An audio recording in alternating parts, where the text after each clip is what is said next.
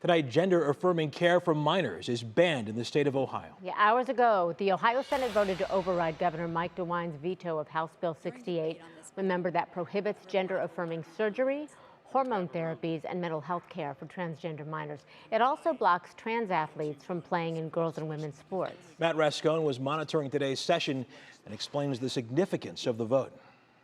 We are back to override the governor's veto of House Bill 68. Lawmakers wasted no time. I stand and ask for us not to override.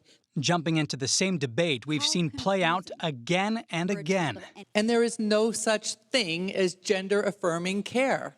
You can't affirm something that doesn't exist. And what we are doing today is creating major harm for a small segment of the state of Ohio's population. House Bill 68 bans transgender athletes from participating in girls' sports. It also prevents minors from receiving gender-affirming care, something the governor reiterated today goes too far. I think parents should make those decisions and not the government. You know, seems to me that's what we believe in as family. We're not talking about a huge number of cases. This is pretty unusual.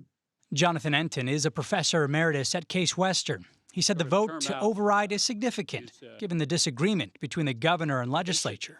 That's particularly striking because in this case, Governor DeWine is a Republican and the legislature is overwhelmingly Republican. Gender dysphoria is real, and these people do suffer.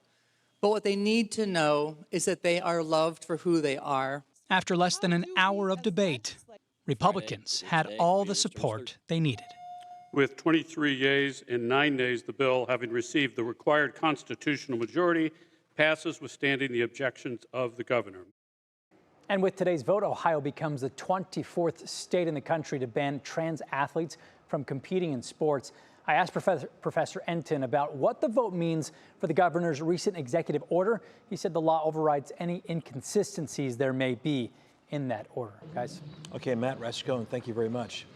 Now we want to get to Akron. Bree Buckley is live at a rally for transgender rights outside of the Highland Square branch of the Akron Summit Library, County Public Library. What can you tell us, Bree?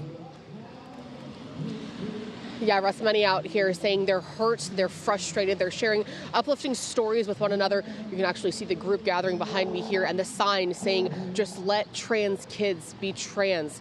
Another saying, stop criminalizing the trans children.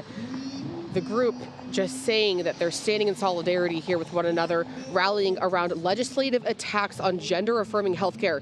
They say they'll continue fighting for trans rights to be able to live their lives authentically. Others telling me they're disappointed but not shocked by the vote. We want to be here to show solidarity with our community and show the people who do not feel safe being out here that we are there for them.